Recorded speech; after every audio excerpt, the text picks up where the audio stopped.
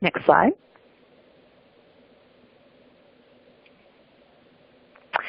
So a little bit of information about our students. This program started in fall 2013 and through fall 2016, which is when this grant actually took place.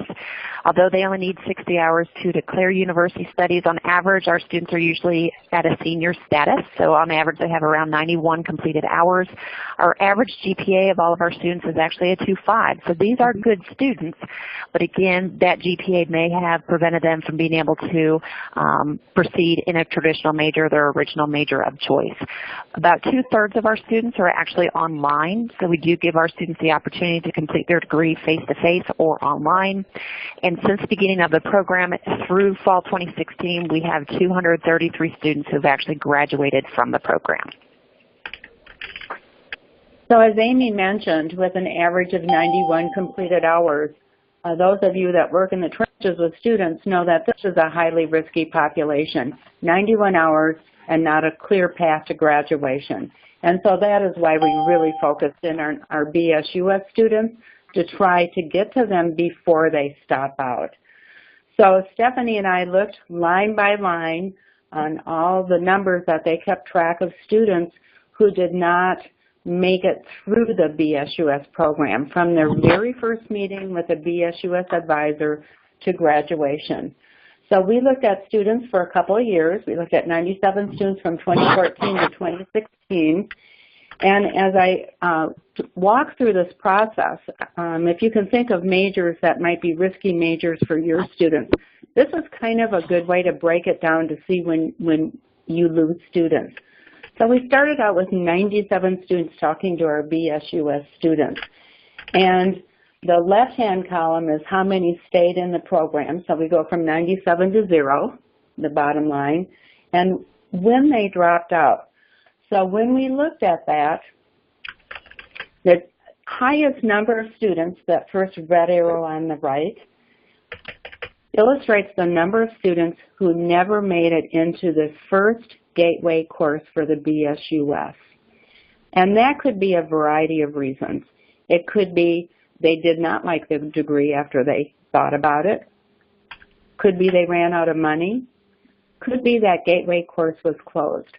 So we looked at institutionally what we could do about that, and we wanted to establish enough sections that if a student mentioned that they were interested, to get them into that gateway course right away. So that is one thing that Amy is working on, looking at different ways and maybe different intercession types of options for students once they mention that they're interested in the BSUS to get them going in that. Almost 2/3 didn't enroll in that gateway after we had spent quite a bit of time looking at their transcripts and describing the program. The other time that they dropped out was the 21 students who dropped out before enrolling in the second UNIV 4990 course. And that is their capstone course. It's an internship or research project or professional project. And so we lost students at that point. So that's where we keyed into. Next slide, please, Samantha. So we looked at the challenges for the BSUS students, and if you want to scroll through until that full slide is apparent, we'll talk through that. When we looked at our BSUS students, because this is such a unique degree of one, we came up with 3 themes that we thought were kind of told their story. One is a lack of support. So these are students with an average of 91 hours, not sure where they've been. They've lost support from their family. They might have personal issues, and they see their peers graduating, going into their senior year, getting ready to graduate. So unfamiliar territory. Designing an individual program is an abstract concept for our students who, from the time of kindergarten, have had a degree plan. So developing a program, thinking about what they'd like to do, what their abilities are, what they would like to do in a career, how do courses fit together, which is one of the big things I really like about this degree, is often the first time students sit down and think about how courses fit together to get them to where they want to go. And the last thing was a loss of community. So they are a major one. As Amy mentioned before, we have a high number of online students, 65% of are online. They might have a disconnect. There's right now no BSUS organization where there might be the business club or the speech and hearing club. So they're kind of on an ice floe by themselves. On the third column on that slide really explains why we thought a mentorship program would help with these students to assist in designing a degree, provide academic coaching, and really kind of being a cheerleader for these students, and then provide some options for social and professional connections. So, with our UNC grant, thank you very much, we developed a mentorship program, and for the spring 2017 for incoming BSUS students, we assured that every student that had met with an advisor during the last few weeks previous to this was able to enroll in the Gateway course. We had 114 students in our test. We ensured them enrollment in the Gateway course, and then we randomized these students into one of two groups. The control group, their support was the typical support that we give to all BSUS students. So their support group was their instructor in UNIV 2000 and also their advisor support. The test group had the instructor and advisor support, but in addition to that, they had a professional staff, which was typically an academic advisor, and a student peer mentor who we trained and paid for out of this grant for this help.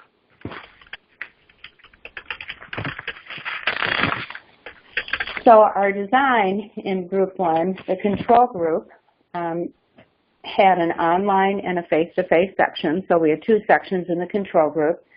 Our test group also had an online and face-to-face section. The process for this, as we looked at where students were and what they needed to be, are outlined along those two similar paths. And you can see that the test group has additional cheerleaders and supporters to help them get to where they are. Next slide. So we had 11 student mentors that worked with us in this program. These were students who had successfully completed the UNIV 2000 course. They were academically successful, GPA-wise students. They did go through a training that was offered through our Pirate Academic Success Center, which is our tutoring center here on campus. And through that training program, they were certified through the College Reading and Learning Association.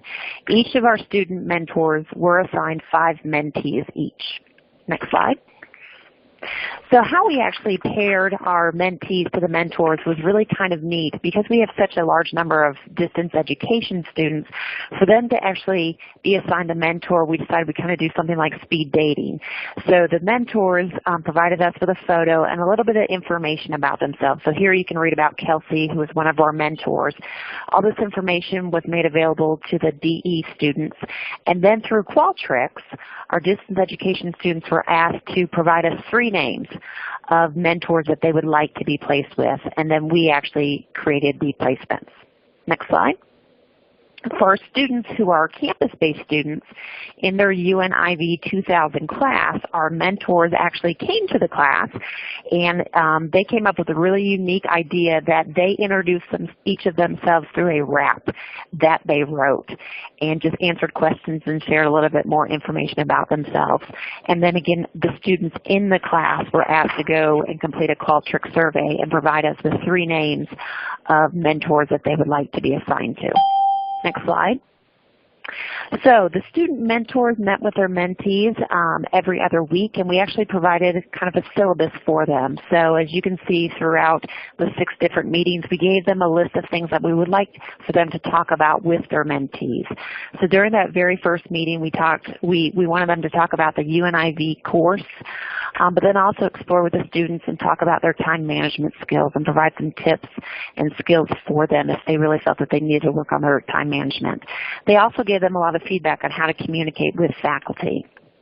In the second meeting, we wanted them to explore with their mentees different types of learning styles and help their mentees identify what their learning style is and what the strengths are with that style, and really how to maximize their style within their classes. During the third meeting, we wanted the mentors to go over academic goals with their mentees.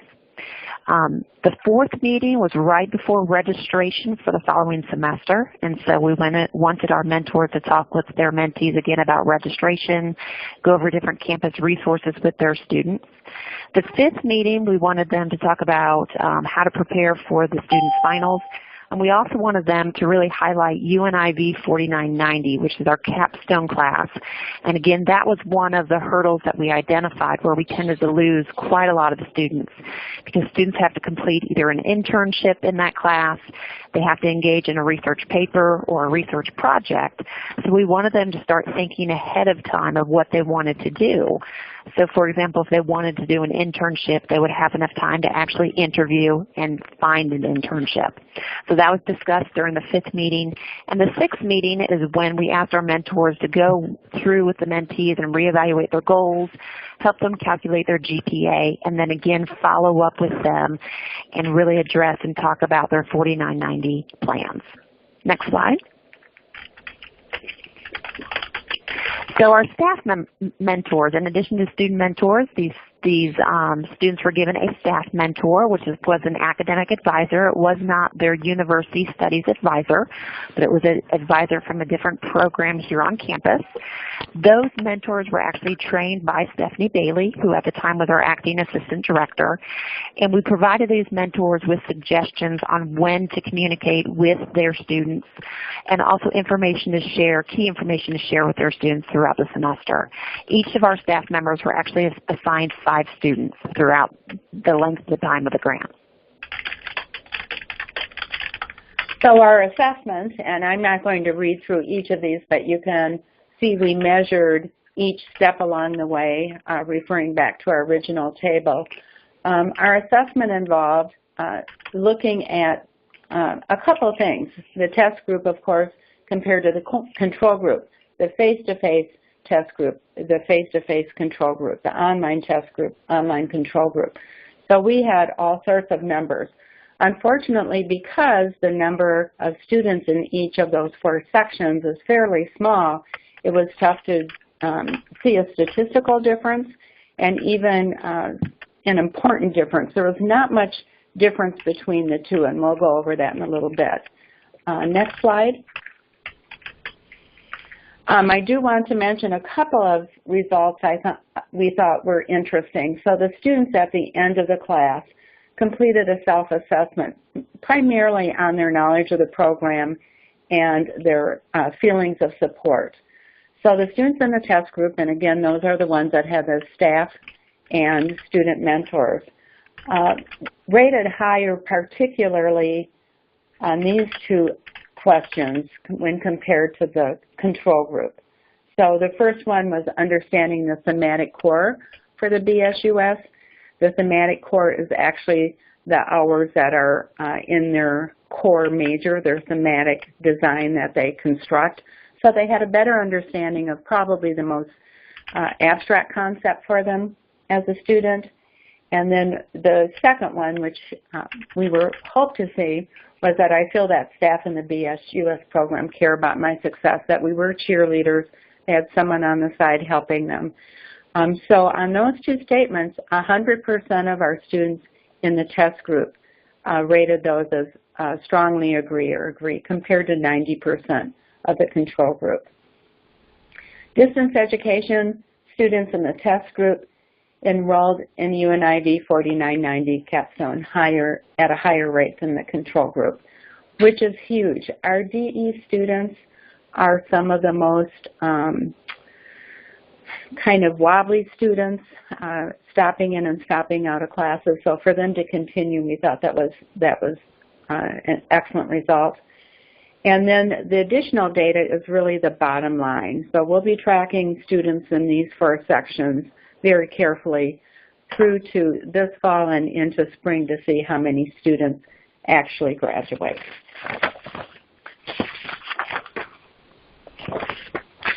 There were a couple of concerns. So the students in the test group that were mentored were confused. Is there such a thing as too much mentoring? So I served as a staff mentor, and I would often get questions from students that should have gone to the instructor. So they were confused, even though this was, I thought, it well explained. They weren't sure what to come to me for or what to come to the instructor for. And then some students naturally went to the students. We find students to be very good peer mentors when they're well trained. And then they didn't need a staff person to help mentor them. So we actually were thinking that in the future it might be nice for the DE students to have a professional staff mentor to help them with a higher level maybe of questions, and then the face-to-face students possibly just having a student mentor that they can bounce ideas around with and come in to see. So that was probably the main concern, is too much mentoring. So some of the implications of the future are really based on the challenges that we have identified for university study students regarding lack of support, feeling a loss of community. One thing that we have is a workforce advisory board that I'm new in my role, and so I do want to resuscitate that advisory board. These are professional members from the Greenville area and surrounding area who will provide information on the professional skills and talents that they're looking for in new hires for their organization. And so they can provide a resource for students such as advice and mentors, and also practicum placements. We also want to develop our university studies identity because a lot of these students, again, feel a loss of community. So one way that we can do that is creating a student advisory board, keeping track of our alum and where they're at, creating a student club for our students so they can get involved and, again, get to know other students within their program. The development of scholarships for our students, because a lot of them are upperclassmen with that 2.5 that may prevent them from being able to apply for certain scholarships, so having some opportunities for them. Also to conduct additional research here in the future. As Dr. Geisler said, we had a small sample size, and so we'd really like to do something like this similar again, but with a much larger number of students. And then lastly, also use our early alert system here on campus. We have a system called Starfish where we can actually identify any students where we have concerns and raise a flag for that student and notify their advisor. So making sure that we're utilizing that to help our students succeed. Great. Thank you. What we're going to do is try to hold our questions till the end. So jot any questions down that you have, or feel free to also send them in through the chat, and we can go through them that way when we get to the end of the presentation.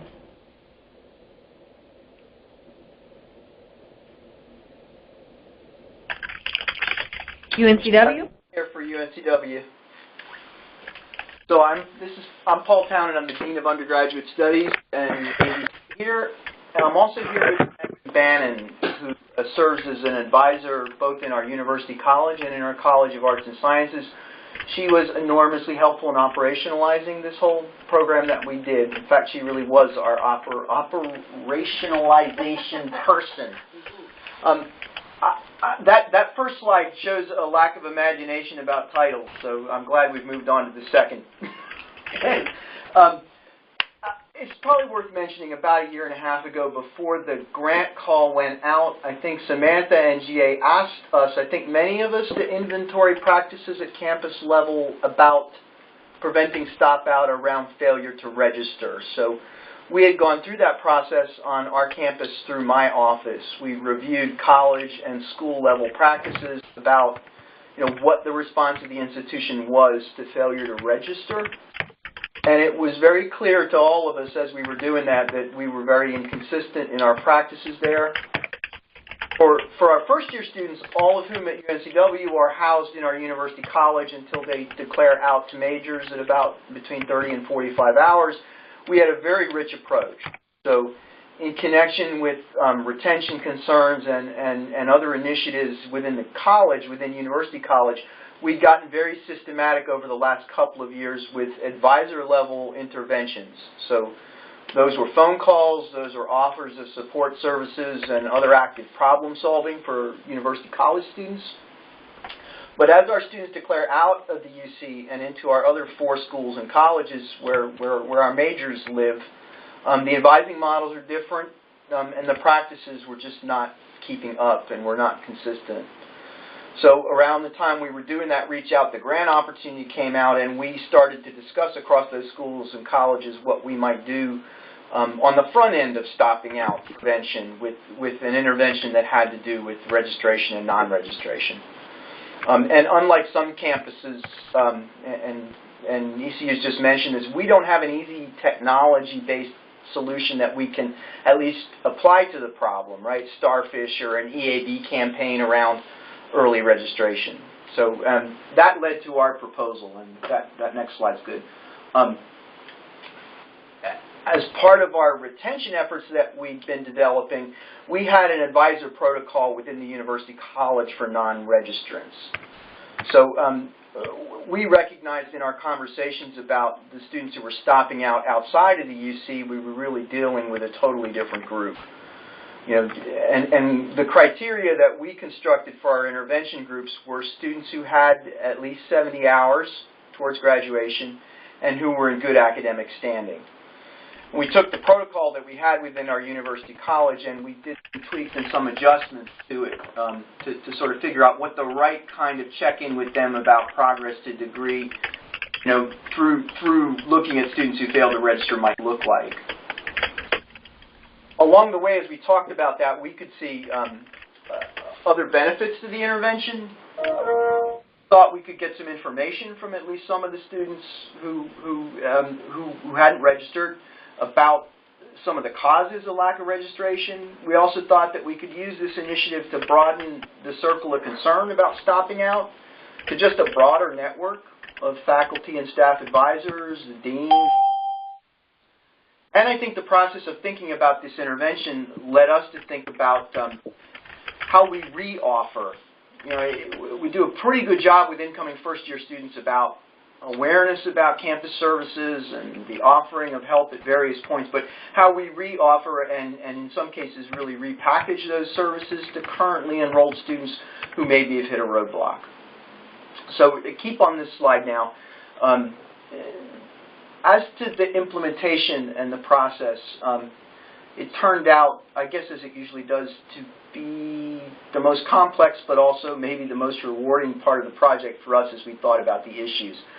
We found that we needed to have conversations and refinements from our deans and associate deans, first of all, about what school and college advising practices were and what was in place to deal with students who encountered difficulties or who stopped out, especially in circumstances where the issues were not around GPA. You know, we were looking at students who weren't at risk academically. We weren't looking at students who were below 2.0 or any of our other kind of interventions.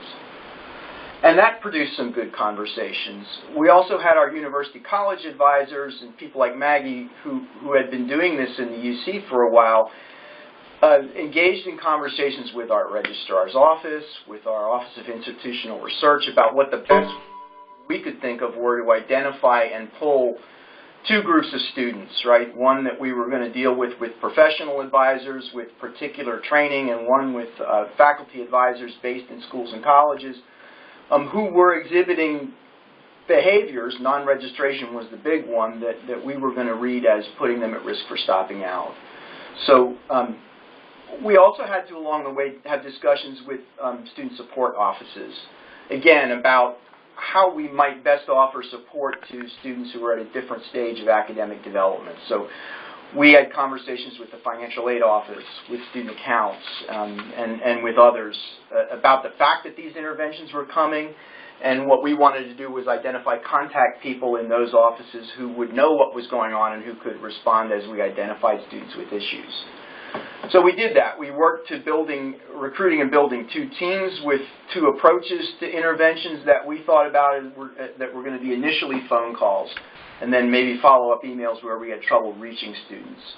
So team 1 was this small team of professional advisors who would take an academic coaching approach to the reach out, and we did some specific training around that. and who would also offer face-to-face meetings, academic coaching, and academic support. The second team was a sort of a lighter touch, again, primarily faculty, but also with some professional advisors based in our different schools and colleges. And they would make the same kind of phone calls. They would offer encouragement. They would provide contact information about support services, but they weren't necessarily going to offer face-to-face coaching in the kind of way our professional advisors were. For both teams, I should say, we found lots of people interested in contributing to this outreach who saw right away, the value of doing the reach out in the first place. So that was encouraging. So we had these three groups, one a control, the two separate intervention groups. We figured we could build groups of about 60 non-registrant students. This would be about, for us, what we started with was about 3 weeks after registration opened. And we developed then protocols for phone calls and follow-up emails. And we'll shift to the next slide. I should just say Bing. So that's just a quick sense of what we. I see it's come off a bit, looking a bit funny in this, but that's what we spent. Primarily, again, what we used the grant for was stipends for the additional work for faculty and for professional advisors. Next slide. This is the fun part, the results. So we spoke with or heard from about 3/4 of the students we reached out to. So some students were just really stubborn about responding, and that was just part of the intervention we anticipated. We had a lot of conversations, which I think turned out to be great opportunities to connect with students. We certainly found students really appreciated the reach out and concern. And we ran into a variety of reasons why they hadn't registered. Again, that's not surprising. Some students were in the process of transferring. We had a surprising number who really just appeared to have no idea it was registration time. And the other point is about half of our students registered, and this was a very clear difference between the control group and the intervention groups. When we reached out, whether or not we actually reached students, registration happened much more quickly for the intervention groups than it did for the control. So about 15% of the students we reached, I suppose more if we count based on the number that we reached as opposed to the numbers we tried to reach, were in one kind of way or another in a state of confusion about their status.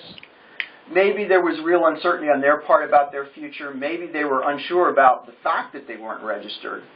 And if we add that total up with the number that we encountered who also were in the process of planning but had not actually decided on taking a leave of absence, that was about 1/3 of the students that we intervened with, and that cuts across both our intervention groups. I think for that cluster of students, that big chunk of students that we did the reach out to, there was a lot of value added for where they were at to the process of opening up lines of communication.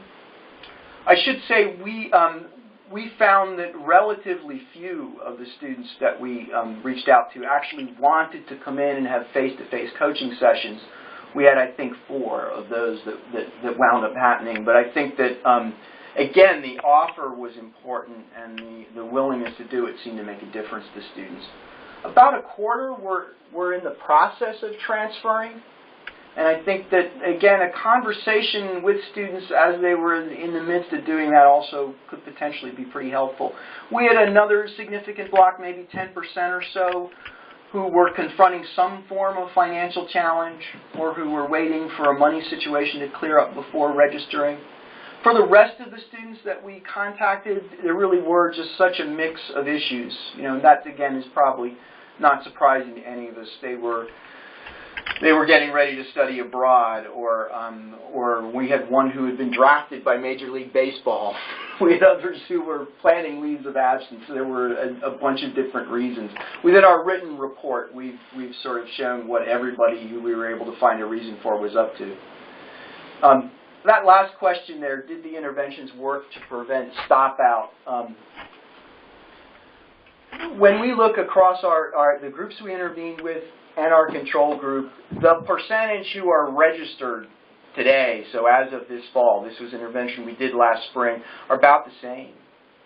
So in that sense, the answer seems to be no. You know, what we did see relative to our control group was, as I said, earlier, faster registration, even when all we were able to do with a student was leave a message. But it isn't clear if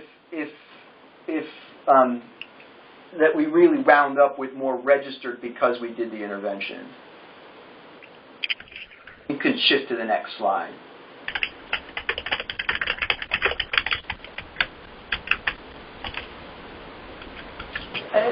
These are some things that we took away from the intervention. One is that the timing of when we did it matters. We're repeating the intervention in a modified form this fall, but I think that our decision afterwards was we probably started the interventions a little too soon. Partly that was because we were trying to get some results in before we reported out in April. But it also had to do with questions that we had about when registration did or didn't happen, and when we had a group of students who were closer, say, to being stopped out than just delaying registration. We also had some questions about faculty availability. It's just an easier intervention to do if you're using faculty interveners before we hit too far into May. But we're also learning things about the behavior of our students. So I think in retrospect, we probably would do the intervention a week or two later than we did.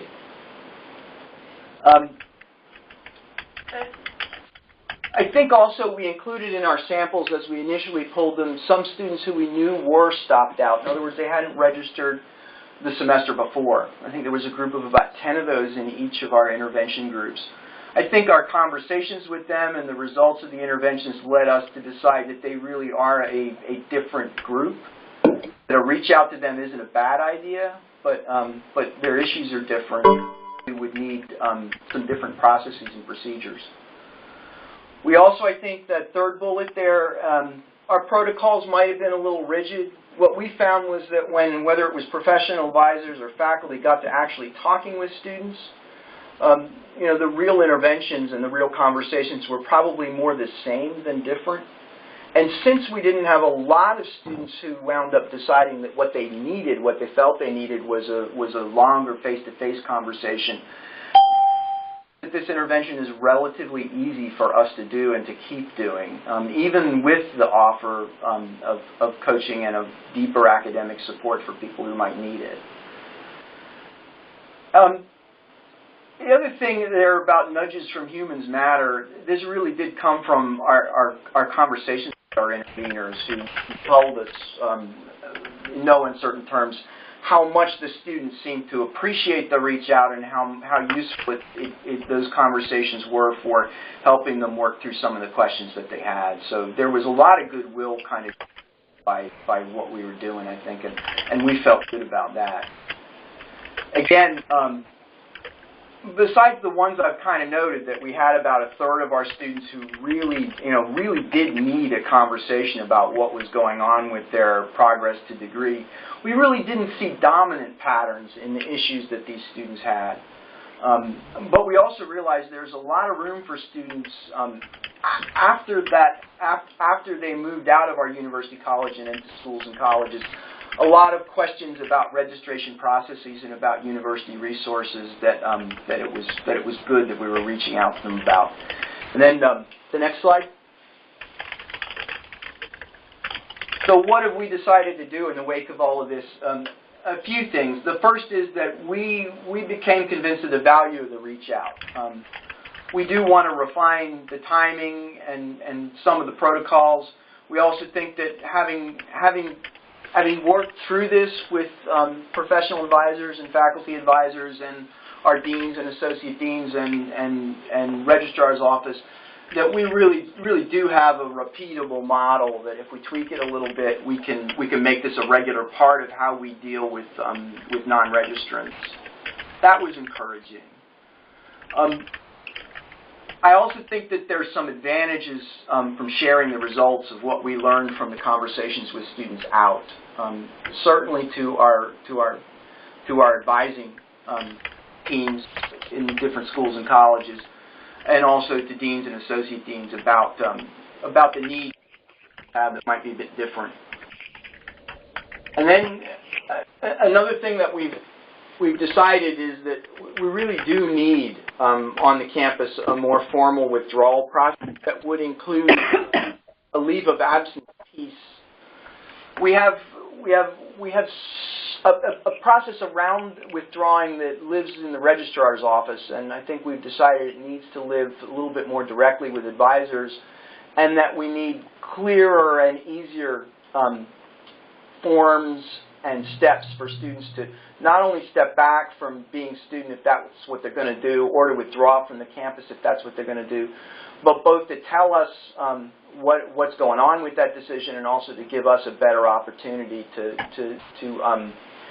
get them in touch with advisors, both about reentry if that's what's on the horizon, or about maybe just the kind of problem solving that might make a leave of absence less necessary. And I just also wanted to thank Samantha and GA for pushing us to be thinking about non-registration, about stopping out students a little bit differently from how we have historically on the campus. I think it was really good to see the intervention groups, but also the people supporting the intervention groups, to take some ownership of the problem and to sort of say this is the thing we can both learn from as an institution about what's going on with students, especially as they hit those roadblocks towards graduation, but also to take a hard look at our own processes and our own how we use the resource of advisors in ways that make sense for students. So I can stop there. Thank you, Paul. Just one housekeeping note. If you haven't put yourself on mute, please do that. We can hear some background noise during the presentations. UNC Charlotte? Wonderful. Thank you so much, Samantha, and thank you for organizing this webinar. This is Elise Demeter at UNC Charlotte. I think while I'll echo many of Paul's conclusions at UNC Wilmington from our study, we are going to break the mold a little bit from the past two presentations. So at UNC Charlotte, we felt like we needed a comprehensive study on who our stop-out students were before we could recommend specific intervention strategies. So to that end, we conducted a research study to better understand what variables were important risk factors or contributing motivations for students who left UNC Charlotte for at least one semester. So our target population here were students with 60-plus credit hours who were academically eligible, so 2.0 or above GPA. And we looked at two groups in depth. We looked at students who stopped out, meaning they didn't enroll in courses for a given semester. And we also looked as a comparison group at students who registered late. So they registered sometime after their first eligible window, but they ultimately did come back and enroll in classes. And we've looked at data for each fall and spring semester for the past 3 years. Next slide, please. So UNC Charlotte is 24,000 undergrads strong, and every semester we found there was about 2,900 students who registered late, meaning sometime after their first eligible registration window. On top of that number, we have about 670 students who are academically eligible who are stopping out. So they may come back in the future or they may not come back. And so our primary research question here for this study was really simple. It was, who are these stop-out students? How do they compare to the late registrant students? And when applicable, how do they compare to our general undergraduate population? So if we made use of a mixed methods approach for this investigation, our quantitative analysis piece consisted of using institutional records to look at our stop-out population in detail and to compare them to our late registrants. And in particular, we were interested in identifying what might be risk factors for stopping out. We also looked at some predictive analytic techniques to, again, identify risk factors that way. And finally, we also used a survey. So we surveyed both our late registering students and our stop-out students to try to get their voice about what were their primary reasons for either registering late or for stopping out. So one of our hypotheses entering this study was that students who stop out might have more loan debt than students who don't stop out. And perhaps it's this burden of debt that's contributing to why these students are stopping out. So contrary to this hypothesis, when we pulled loan and debt in this data, so this is a total of all possible types of loans that our students could have, for both our stop-out students, they're in the gray bars, and our late registrant students in the blue bars, we found no differences in either the average loan indebtedness amount of these two groups or in sort of the distribution of loan debt among our stop-out population. So this graph here is just a histogram. It shows the number of students with loan debts of increasing in dollar amounts there on the x-axis. And we just really didn't see any, qualitative or quantitative differences between our stop-out group and our late register students. So that was something that we were curious about, but the data just didn't really bear out that quantitatively there was a difference there in loan debt. Next slide, please. So however, beyond the financial aid data, our descriptive analysis did find some unique characteristics about our stop-out population. So for these analysis, how I'm thinking about these data is if our stop-out is an issue that tends to affect all students with an equal likelihood, then you would expect your stop-out population to simply be a mirror image of our institutional demographics. But where we see that certain groups are either over or underrepresented in the stop-out population compared to our general undergraduate population, this might give us some insight into what factors might make a student more or less vulnerable to stop out. So I'll show you one example of this. Our transfer population in particular seems to be especially vulnerable to stopping out. We have a large percentage of stop-out population, of transfer students in our undergraduate population. So I'm showing in the green bars here the percentage of our students at UNCC who are either admitted as new freshmen or the percentage of students who are admitted as transfer students from other institutions. Central Piedmont Community College is a big source of transfer students for us, but they also come from other institutions as well. And then in the gray bars, I'm showing the same breakdown for our stop-out population. So while transfer students represent about 44% of our overall undergrad population, they're 65% of our stop-out population. So that obviously indicates that stop-out students tend to be disproportionately transfer students. So other attributes that were overrepresented in our stop-out group, as I mentioned, they tend to be more likely admitted as transfer students. We found that women tended to be more vulnerable to stopping out than men in looking at this particular credit range and GPA range. And this is also true, especially black women in particular showed a risk factor for stopping out in this analysis. But I'll note that this didn't really translate to all minority groups. So we didn't see, for example, Hispanic students stopping out at a higher rate than what we would predict from our institutional demographics. As others have shown here, our stop-out population tended to have a slightly lower GPA than our undergraduates in general did. So they tend to have a GPA somewhere between 2.0 to 3.0 as a group. And we also found that what college you were in mattered. So our stop-out students tended to disproportionately come from our College of Liberal Arts and Sciences. It is one of our larger colleges, but again, we were seeing a disproportionate rate of stop-out students belonging to that college in particular. Next slide.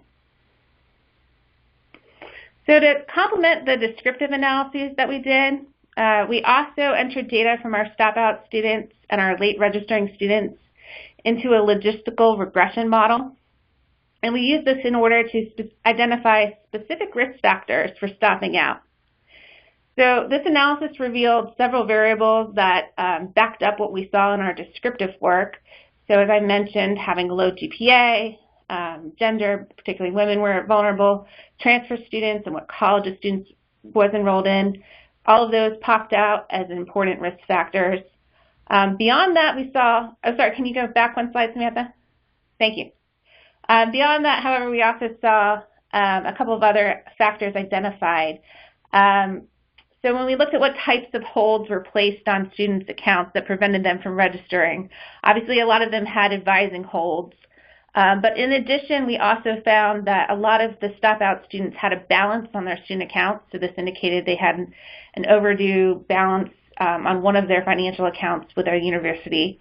And we also saw that stop-out seems to be an interesting issue because previous stop-out history was very predictive of future stop-out behavior. So for instance, for every semester that a student stopped out in the past, the odds of that student stopping out in the current semester increased by a factor of 1.5. So we found that having stopped out in the past was a big risk factor for stopping out again in the future. All right, next slide, please. So this is new data, so I wanted to share our survey results. So if you saw this presentation in March, we did not yet have any survey data available, so I'm excited to share these with you today. We surveyed students both last spring, and we just closed a second round of the survey on Monday. And so we're capturing students who either registered late or stopped out for last spring semester, or who registered late or stopped out for this current fall semester. We surveyed both our late registering students and our stop-out students. We get about a 5% response rate to these online emailed surveys, but I think we've gained some really useful information from the student's point of view that will be helpful in moving forward. So this pie chart breaks down our survey respondents into the late registering group in green and the stop-out students in gold and in gray. And next slide, please. So for all of the students, we asked first simply, why did you register later than your first eligible window? What caused you to delay your registration process? And we asked them to select up to 3 top reasons from a list that we provided, or they could write in their own other response. So for the top reasons selected, I have the top 6 here that were identified. Considering personal or financial or family financial situation came out to be our #1 reason. This was especially true, I will say, of the students who were thinking about fall registration, which makes sense because financial aid is typically determined for an academic year, so it's a more relevant question perhaps for when you're registering for fall courses than when you are registering for spring courses. Resolving 1 or more holds, this could be an advising hold or a hold on a student account, okay, you have a balance to pay. And those things maybe took extra time for students to take care of before that they were able to register. And we did, as I said, allow students to enter in their own reasons. And so kind of echoing what Paul said, there were students who wrote in and will admit to, I forgot to register, I didn't know it was time to register, or I knew it was time to register and I just procrastinated, and fortunately it worked out okay for me. But we did get some of those responses as well in our mix. Next slide, please. So for our students who indicated, and this is again a self-indication, that they were going to stop out either temporarily or permanently, we asked these students an additional set of questions about their reasons for wanting to take time off or for leaving UNC Charlotte. So we asked students about their level of agreement with various academic, financial, social, and personal reasons for stopping out. So from these data, we found that 70% of our respondents either agreed or strongly agreed that financial concerns were a motivator for why they needed to take time off. About half of our respondents agreed that a lack of social support was also a big reason for leaving. But perhaps the most important finding of this, though, was that our data really clearly showed that stop out is a multifaceted issue. So 81% of our stop out students cited some combination of academic, financial, social, and personal life reasons for why they were stopping out. And this, of course, is why stop out is such a challenging issue to address, because it is so complex and multifaceted. So we are in the process of communicating the study's findings back to stakeholders at our institution. And as Paul said, I think this will be a very valuable process in order to rally different folks around this issue and to communicate back to people who are really able to do something about some of the populations we identified, that this work is really important and that it really does matter. I think these findings will be impactful because they do give some hard data and details for issues that have been previously discussed in a more anecdotal fashion. So I have 3 specific use of results examples here. So for the first one, our transfer center. We've long known that we have a large body of transfer students and that transfer students come with their own unique set of needs. We recently opened a transfer center, which is a dedicated location on our campus with a dedicated staff, and that staff's mission is to serve and support transfer students from the time they come to campus until the time that they graduate. And so while this was already going to happen independently of our studies project, I think our studies findings really show that this was a very wise investment to make as an institution.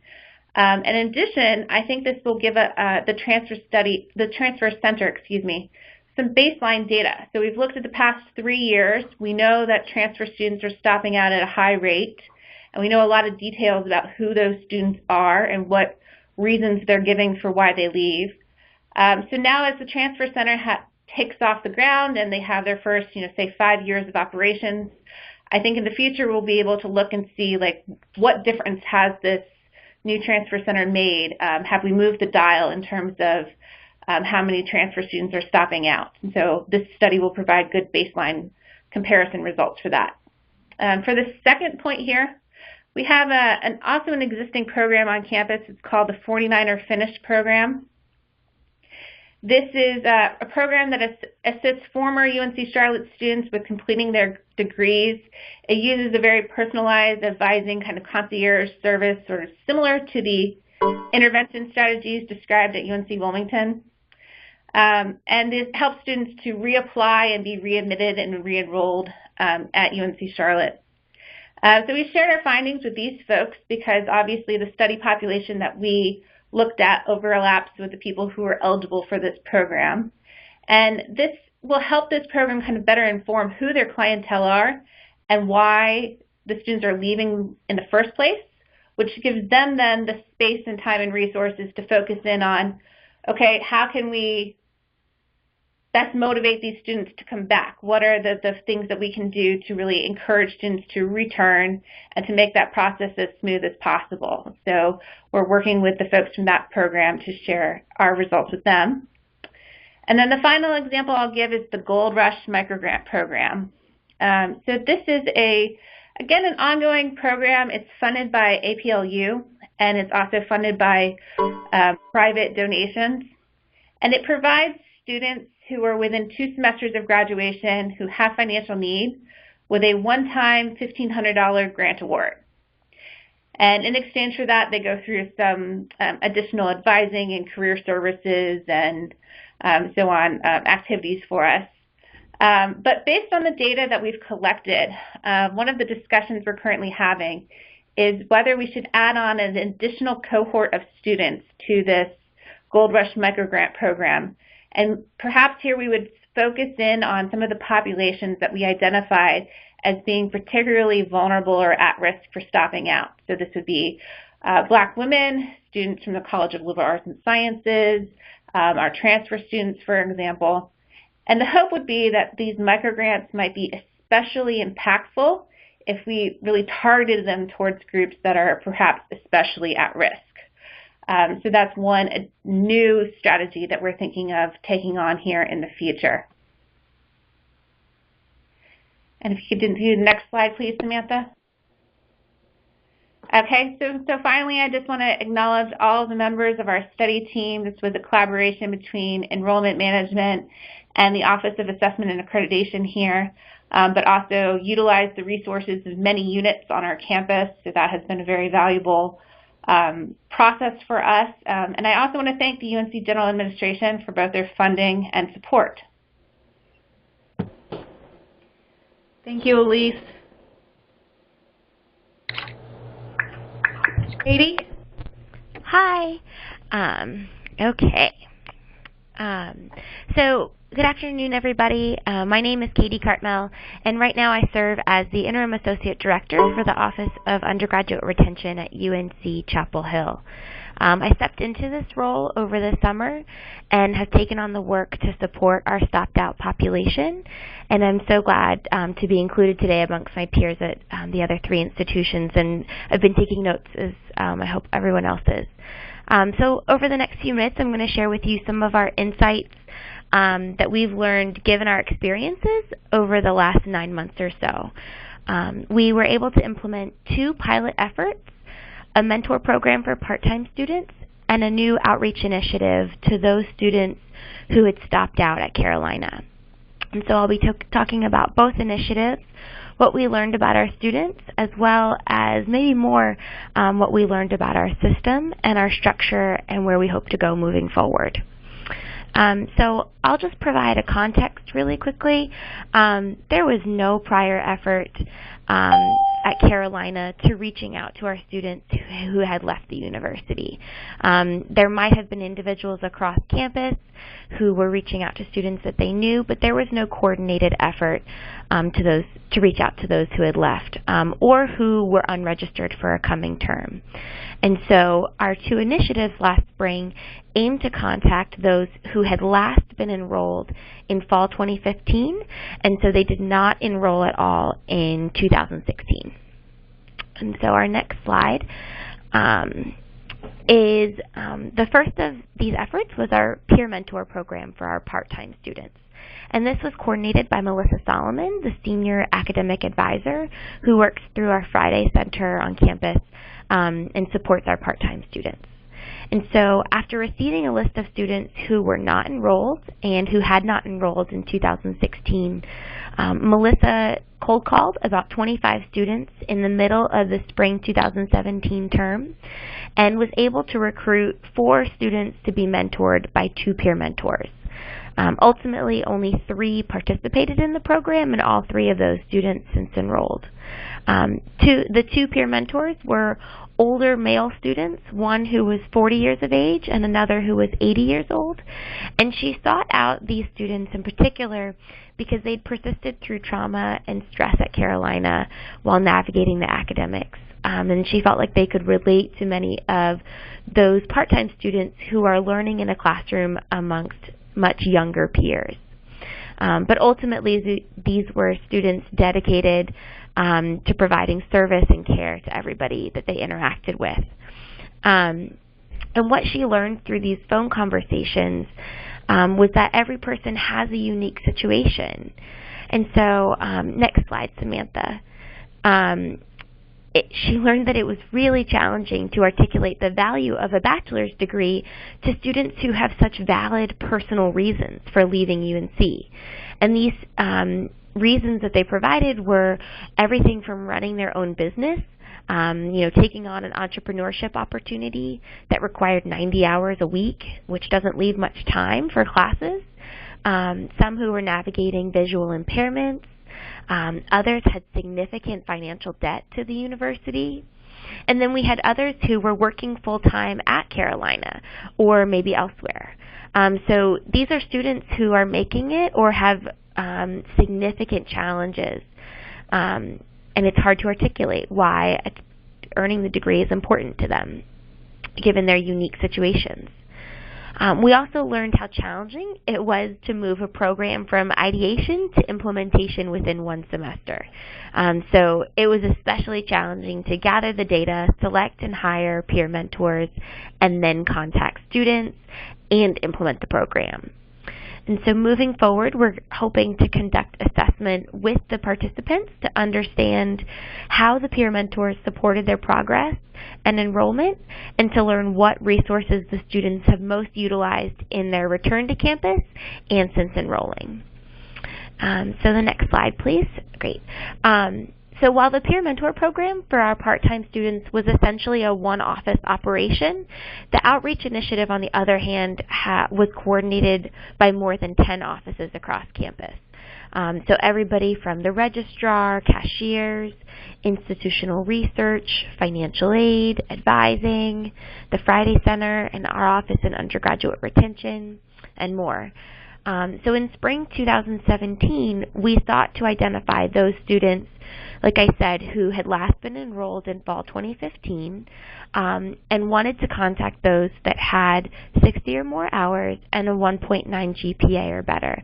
So I'll just share here that this does distinguish us from what I've heard from UNCW and Charlotte, in that we were reaching out to some students who were academically ineligible. And in the end, we had a list of 139 students and contacted these students individually by phone and email. And our intentions were to remind students of their value to our community and to identify and reduce the obstacles in place preventing these students from returning to Carolina. And so we made the original request for student data in December 2016 and actually had a list that we could work from in May 2017 and contacted our outreach from May to July of this past summer. So after paring down the list from a review by legal and their Office of Dean of Students, this is how we arrived at our 139 students. We didn't want to contact students who might have had legal challenges with the university or who would not have been able to return even if these phone calls had been made to them. And so we divided these 139 students amongst undergraduate retention, advising, our Friday Center, academic support for student athletes, our Dean of Students office, and student veteran support, and our Summer Bridge program. And ultimately, 91 students received an email or a phone call from an individual from one of these offices, and we were able to engage with over 40 students.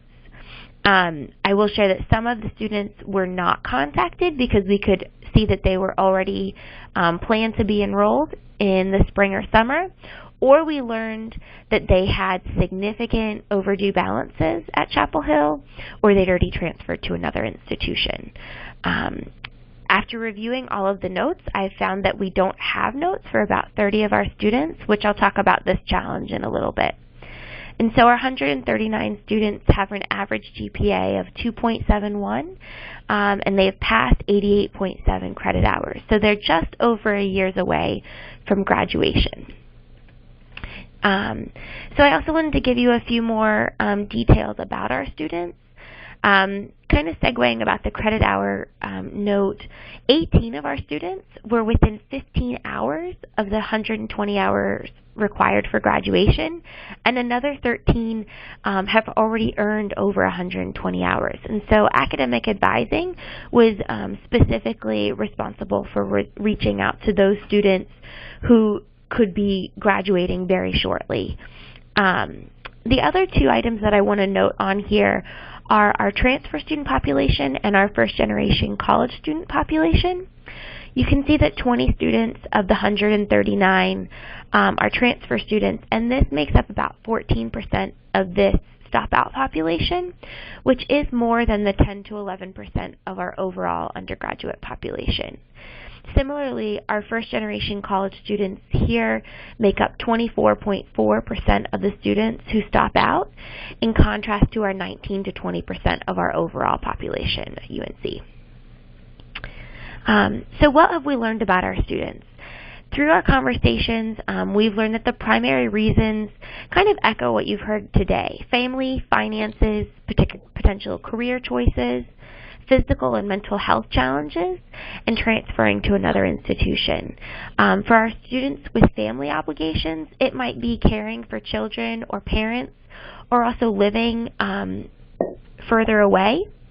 There's also a significant financial need. Some of these students had 40 plus hours, had to work, 40 plus hours to pay for school, which, like our student who's in the entrepreneur field, doesn't leave much time for coursework. In addition, we found that some of our students have significant overdue balances with Carolina. We saw one student owed $21,000 to UNC that they would have to repay to remove that financial hold in order to register for an upcoming term. We had those that had career choices, many who have physical and mental health challenges that they're navigating. And then we have a lot that would benefit from the online options. And so we're also learning that we could make UNC much more accessible if we had more online options for students. Our current policy limits students to 24 earned credit hours of online coursework to count towards their degree, and so we might be able to take a look at that. I also want to make a quick note here that none of this information is completely brand new to us, but it is helpful to further confirming for this team of individuals the challenges that students face through these interactions, because we know that each student has a unique set of circumstances, and this was just one further opportunity to tell us what's happening. So the next slide. Similarly, this process highlighted some challenges within our institution, but also raised new issues that we're seeking to address. One of the challenges that I don't think any of us could have anticipated would have taken so long was how long it took to get the accurate data. As I shared before, we requested the initial list in December 2016. In March, we realized that we needed information in a different format, and we needed more information about our students if we were to have a purposeful and intentional outreach. And then once we had that list, we sent it to legal and our dean of students. And finally, it was in May that we felt like we had a list that we could work from, and it was then that we divided up the 139 students to the 5 different offices. But it was also through our multiple reviews of the data that we realized that we could not identify why our students are leaving. As some have echoed, we don't have an efficient withdrawal process, and so it was through this experience that we were realizing that students are leaving due to legal issues with the university, honor council sanctions, medical withdrawals that require readmission confirmation from counseling. They have large overdue balances, or they might be navigating ineligibility. And so we had to do a lot of digging to capture this information before we felt comfortable reaching out to students. So we also saw that the process for students to withdraw requires little to no engagement with campus. They do not have to tell us why they're leaving, and so many are not telling us. And so moving forward, we want to know why they leave, if they plan to return, and we really want to implement a process that offers the student more engagement with campus so that as they are leaving, we can better prepare them to return. We know that we have a very decentralized process for returning. Our appeals for financial aid, if you need to appeal for the SAP eligibility, is in one office. Readmission is in another. Appeals for probation are in a third office, and so forth. So we want to do better there. We also have anecdotal evidence that tells us that our structure is a rigid one, but this process truly highlighted that fact for us. And so when it comes to our adult learners, or those with less traditional experiences in college, we don't offer, like I mentioned, online degree completion, nor is the university to set up to support students who are completing their work from afar or who are enrolled part-time. We're really designed to support full-time students. One surprise to me came that we have a number of former student athletes who would greatly benefit from online degree completion. That is not a population that I work with a lot in my role and in our Office of Undergraduate Retention. And so recognizing that these are students leaving to maybe pursue a different type of career, but who still want a degree. So offering an online would be a great option for them. Finally, we saw that our individual outreach was necessary, but also very time-consuming. And this was made really challenging because no one office on this campus owns this population. And so these efforts were outside of everyone's typical responsibilities, and coordinating the communication with the 139 students between 13 individuals in 5 different offices proved to be a significant challenge, and that's one of the reasons that I don't have notes for 30 of the students. We don't have a centralized note-taking system that reaches across all of these 5 offices, so we had to develop a more ad hoc centralized note-taking system that, again, is outside of people's normal experiences to go to. So as I start to wrap up, I just also wanted to reiterate some general takeaways and next steps. So like UNCW shared, it was eye-opening to us to hear from our students how the individual outreach gave them the feeling that they mattered and that they are valued at Carolina. They are still, in fact, reaching back out to us. Earlier this month, I had, within 1 week, 3 students that I had contacted in July reach out to me saying, yes, I actually do want to come back now. So that was really, it's good to know that they feel that care. But it was also a great reminder to us that we want these students and that we want to support them in resolving the challenges that they face. It was a tremendous effort from the individuals across campus, and we're working to move forward to continue to support our students. Next slide. And so just moving forward, as I mentioned, this was outside of our normal purview, and so no one person has the capacity to build this into their current work. And I really feel like in order to do it well, it needs to be coordinated by one person, from data request to outreach and enrollment, to letting students know as they're withdrawing that we are a place that they can come back to and how to do that. And so this person would be able to partner with the offices that control some of the barriers for our students, like the cashier's office and financial aid, navigating the financial challenges. And so we'll be working to write up a position description and collaborate between undergraduate retention and academic advising to determine how someone in this role could best support our students. And so we're still in the initial phases of navigating funding and organizational logistics, but this effort has demonstrated to us the need for a position dedicated exclusively to our stop-out students. As UNCW also mentioned, we were very much reminded of the need to revise our withdrawal process and are working to integrate an exit interview when possible. And finally, we're taking a look at who is and is not graduating. And we will be incorporating our stop-out students into our Student Success Study at Carolina, which is a university-wide initiative to capture information about persistence and graduation.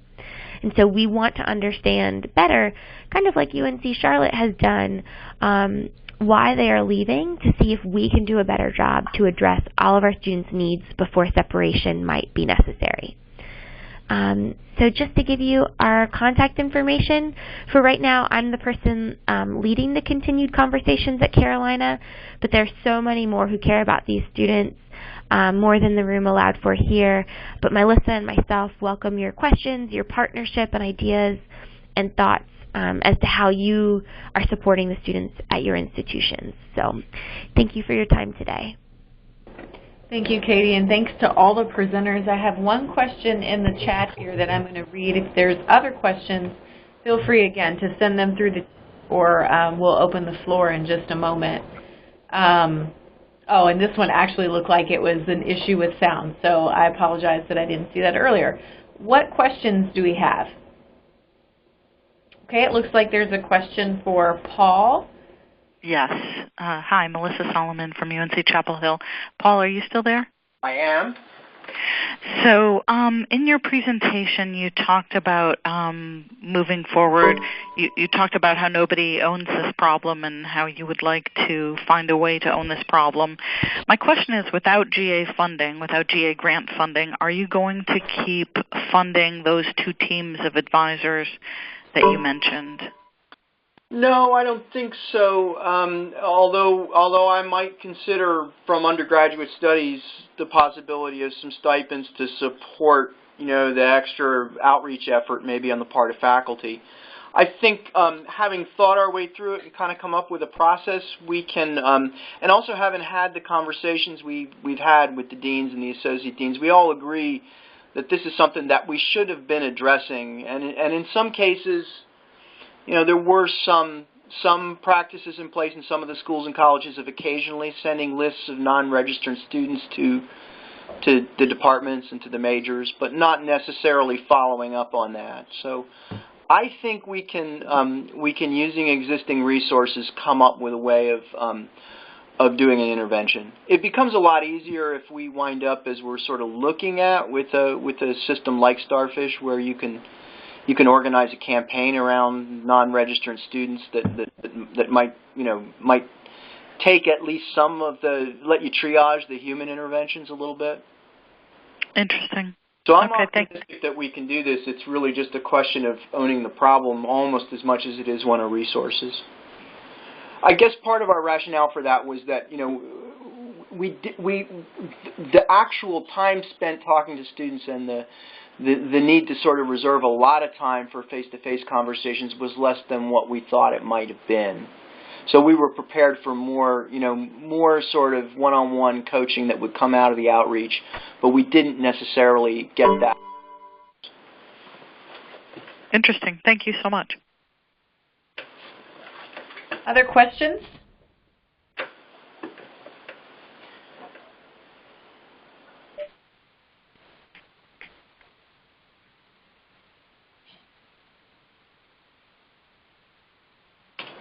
Okay. Well, thank you all for joining today. We hope that this was informative for you and helped close some loops on the projects that were funded. And again, we will be holding a closed loop webinar on who are our adults. No, I did not. In November. You're welcome. So we'll be sending out that invitation to you all soon. If you do have questions for the presenters that you weren't able to cover today, don't hesitate to reach out to me or reach out to them directly. We will be posting this recording and the slides on our Adult Learner portal, so you will be able to find the information there. Thank you so much.